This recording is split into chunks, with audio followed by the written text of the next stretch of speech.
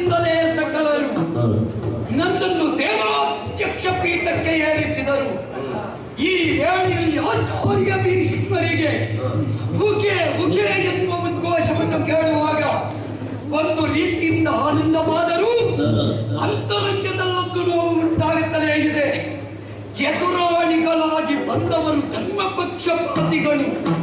ನಾವು ವಿರೋಧ ಪಕ್ಷದಲ್ಲಿದ್ದರೂ ಕೂಡ ಎದುರಿನವರು ಧರ್ಮಾತ್ಮರು ಅಂತಾದರೆ ನಮ್ಮ ಅಂತರಂಗ ಅನಿವಾರ್ಯಕ್ಕಾದರೂ ಜಾಗೃತನಾಗು ಅಂತ ಹೇಳ್ತಲೇ ಇದೆ.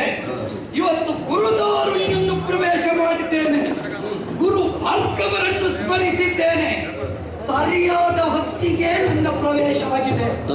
ಯಾಕಂದ್ರೆ ಯುದ್ಧ ಕ್ಷೇತ್ರಕ್ಕೆ ಸೂರ್ಯೋದಯದ ಈ ಸಮಯ ನಾ ಗ್ರಹಿಸಿದೆ. ಇಷ್ಟು ಹೊತ್ತಿಗೆ ಪ್ರವೇಶ ಆಗುತ್ತದೋ ಇಲ್ಲವೋ ಅಂತ.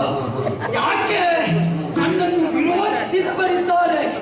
ಆ ತೊದಲು ತಡಿಲಿದ ಮುದುಕೆಯನ್ನು ಮಾಡಲಿಕ್ಕೆ ಉಂಟು ಎಂಬ ಹಾಗೆ ಆ ಕಾಲಕ್ಕೆ ಮುದುಕರು ಎಷ್ಟು ಹೊತ್ತಿಗೆ ಪ್ರವೇಶ ಮಾಡಿ ಎಷ್ಟು ಹೊತ್ತಿಗೆ ಮುಗಿಸಿಕೊಡ್ತಾರೆ ಅಂತ ಕಾಣಿಸಬೇಕು.